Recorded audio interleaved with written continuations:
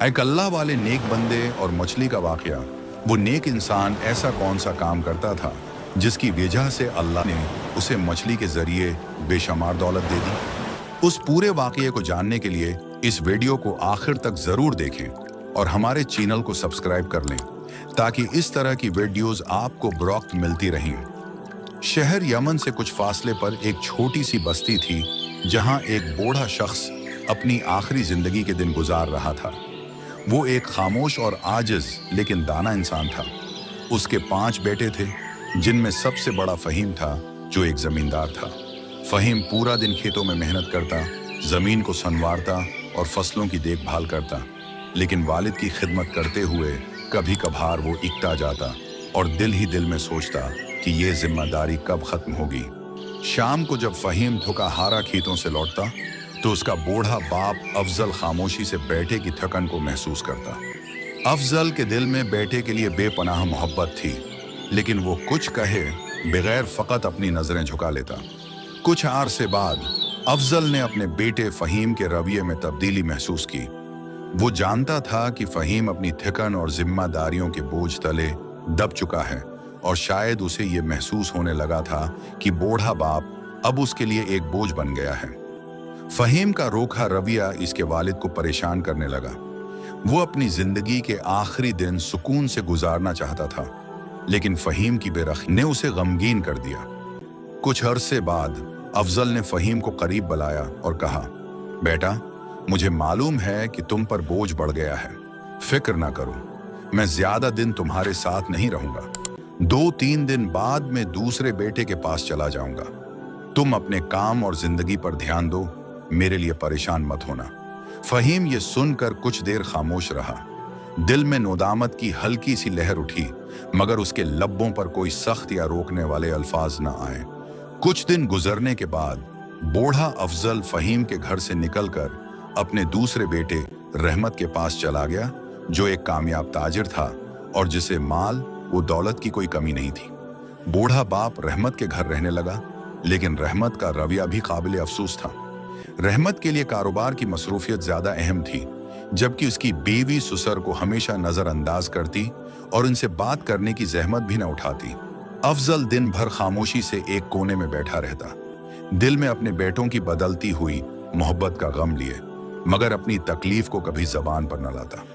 बूढ़े अफजल का वक्त गमों के साथ गुजर रहा था। एक दिन रहमत ने अपनी बीवी की बातों में आकर वालिद से कहा, बाबा, आपको मेरे साथ कारोबार में मदद करनी चाहिए ताकि आप की मौजूदगी का मुझे भी कुछ फायदा हो। ये सुनकर बूढ़ा अफजल खामोश रहा। उसकी झुकी हुई कमर, कमजोर हाथ और थका हुआ जिस्म इस बात की गवाही दे रहे थे कि वो अब किसी भी मेहनत के काबिल नहीं रहा। लेकिन उसने अपने बेटे की बात का बुरा नहीं माना, क्योंकि वो जानता था कि रहमत उसे सिर्फ जिम्मेदारी के पैमाने से देख रहा है, मोहब्बत से नहीं। सारी रात बूढ़े बाप की खांसी और दर्द भरी फरियाद से तंग आकर रहमत की बीवी ने कहा, ये बूढ़ा इंसान हमें मजीद परेशान कर रहा है। उनके और भी बच्चे हैं, वहां जाकर भी तो जिंदगी गुजार सकता है। रहमत भी एक कम ज़र्फ आदमी था। उसने अपने बूढ़े बाप से कहा, बाबा, अगर आप तंग हैं तो कोई बात नहीं, चाहें तो दूसरे बेटे के पास चले जाएं, वहां आप सुकून से रहेंगे। आपके इलाज के लिए मैं पैसे दे दूंगा, फिक्र न करें। इन अल्फाज ने अफजल की इज्जती नफ्स पर एक और जख्म लगाया। रहमत ने मोहब्बत और तौजा की बजाय सिर्फ एक माकूल हल की बात की, जैसे बूढ़े वालिद की मौजूदगी का कोई एहसास ही ना हो, जैसे वो सिर्फ एक जिम्मेदारी का बोझ था जिसे उठाना पड़ा। बूढ़ा अफजल रहमत के यहाँ से निकलकर तीसरे बेटे अहमद के पास चला गया। अहमद एक मेहनती किसान था और अपनी जमीनों पर काम करता था। उसने वालिद का एहतराम किया, लेकिन उसके पास भी ज्यादा वक्त नहीं था। वो दिन भर खेतों में मसरूफ रहता और शाम को घर आकर बीवी बच्चों के साथ वक्त गुजारता। बूढ़े वालिद की बीमारी और दिल की गहरी उदासी पर इसका कभी ध्यान नहीं गया। जब अहमद सुबह काम पर जाता तो उसकी बीवी हमेशा अपने बच्चों को ससुर के पास बैठाकर उनसे खेलने को कहती। बूढ़ा अफजल, जो बीमारियों और कमजोरी से कांप रहा था, ये मंजर देखकर शदीद गम का शिकार हो जाता। अहमद के घर में वालिद की हालत मजीद खराब होती गई और आखिरकार वो वहां से भी चला गया। इस बार उसने चौथे बेटे हाशिम के यहाँ जाने का फैसला किया। हाशिम, जो कि एक धोखेबाज और लालची इंसान था, अपने वालिद के इस्तकबाल के लिए बहुत खुश था, लेकिन उसकी खुशी महज लालच की बुनियाद पर थी, न कि अपने वालिद से मोहब्बत की वजह से। हाशिम ने वालिद को इज्जत दी और कहा, बाबा, आपको यहाँ रहने में कोई तकलीफ नहीं होगी। लेकिन जब उसे मालूम हुआ कि बूढ़े बाप के पास कोई माल व दौलत नहीं है, तो उसने भी वालिद को नजरअंदाज करना शुरू कर दिया। हाशिम की बीवी ने अपने ससुर को एक बोझ समझकर उनकी कोई खिदमत नहीं की, बल्कि उल्टा उन्हें तकलीफ दी। वो हमेशा शिकायत करती रहती और बूढ़े को अपने कामों में रुकावट समझती। मगर बीवी का क्या कसूर था जब खुद बेटे ही रोट चुके थे। हाशिम भी अपने कारोबारी मामलात में इतना मगन था कि उसने वालिद की हालत पर कोई ध्यान न दिया। इस दौरान बूढ़े की सेहत हलचल में आई और जिस्मानी हालत तेजी से बिगड़ने लगी। आखिरकार एक दिन हाशिम ने भी जवाब दे दिया और कहा, बाबा, तुम यहाँ नहीं रह सकते। मेरे पास इतना वक्त नहीं कि हर वक्त तुम्हारा ख्याल रख सकूं। तुम्हें कहीं और जाना होगा।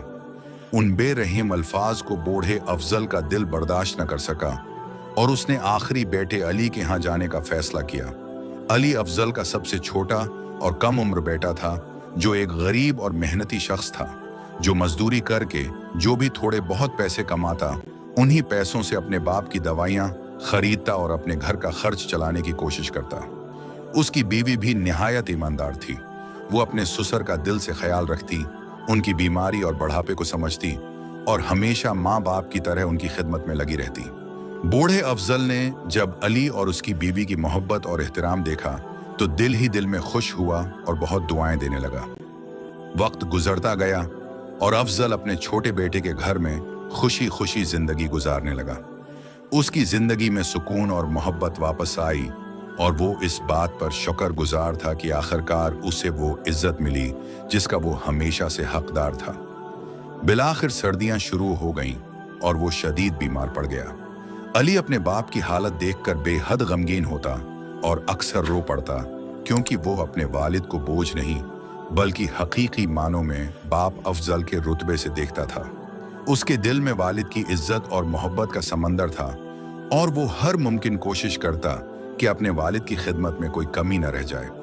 अली के आंसू और उसकी फिक्र वालिद की जिंदगी के इन आखिरी दिनों में उसके लिए तसल्ली और सुकून का बास बने। अफजल ने अली की मोहब्बत देखकर उसे अपने करीब बुलाया और नहीफ आवाज में कहा, मेरी जिंदगी की आखिरी घड़ियां करीब आ चुकी हैं, लेकिन अल्लाह तुम्हें हमेशा खुश और आबाद रखे, जैसे तुमने मेरी खिदमत की और मेरा दिल जीत लिया।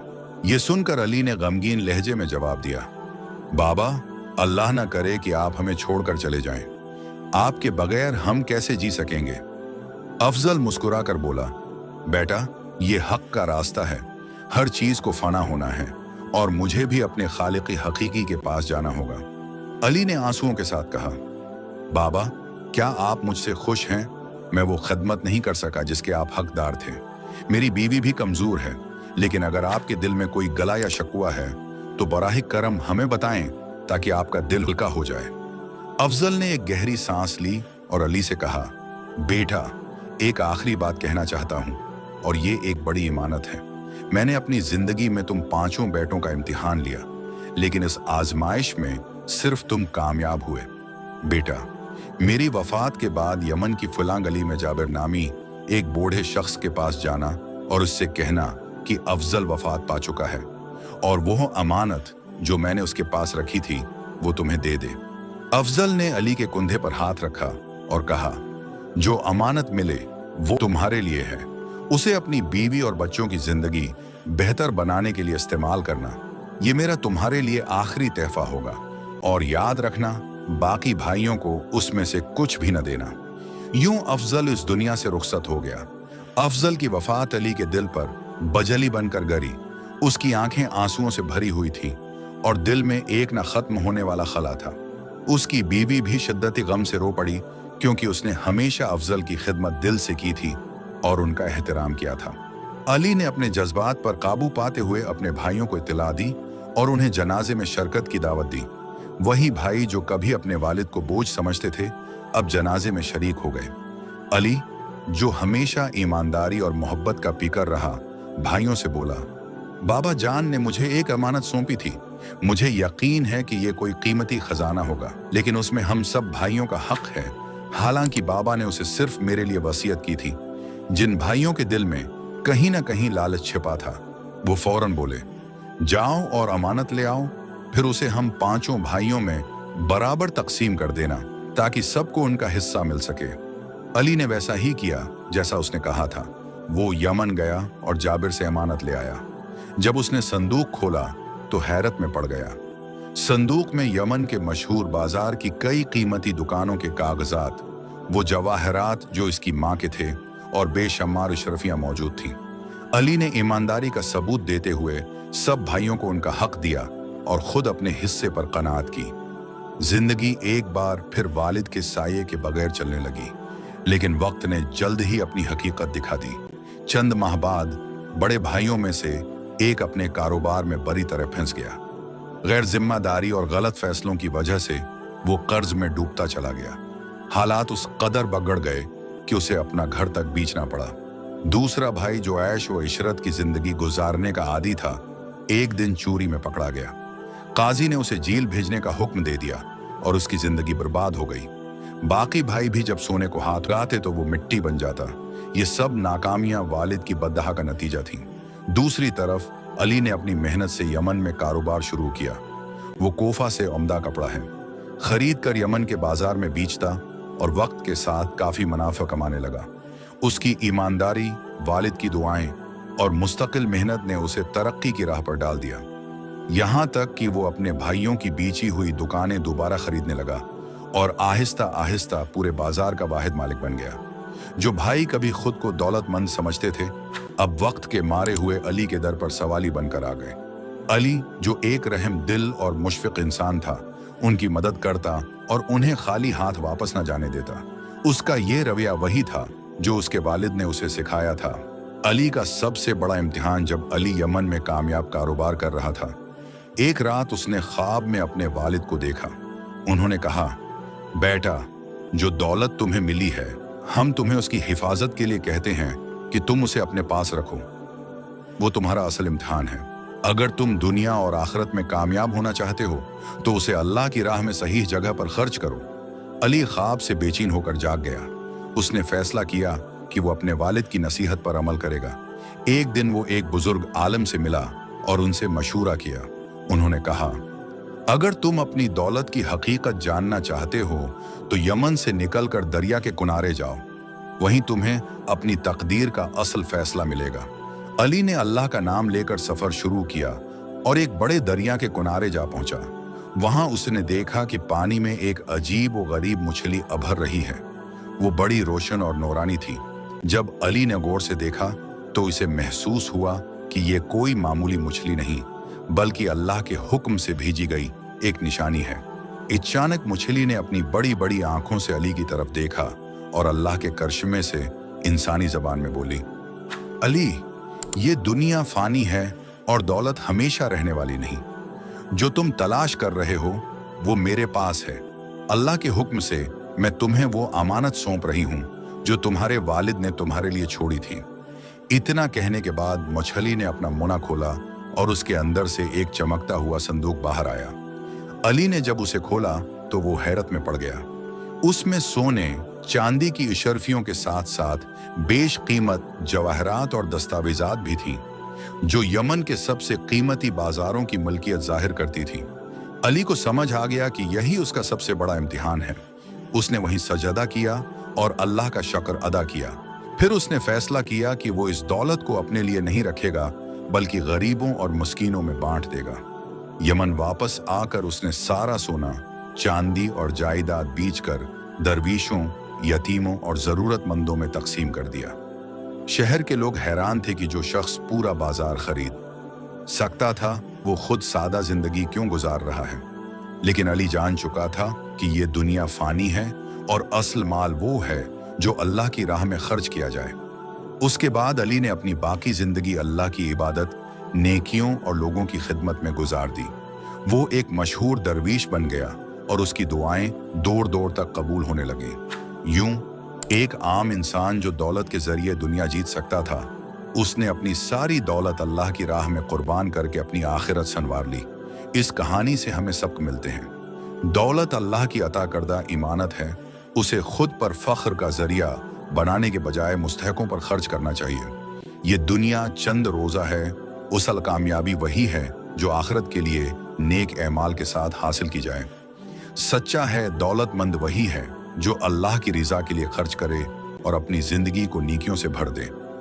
अगर आपको ये कहानी पसंद आई तो उसे दूसरों के साथ शेयर करें और नेकी के उस पैगाम को आगे बढ़ाएं। अल्लाह हाफिज।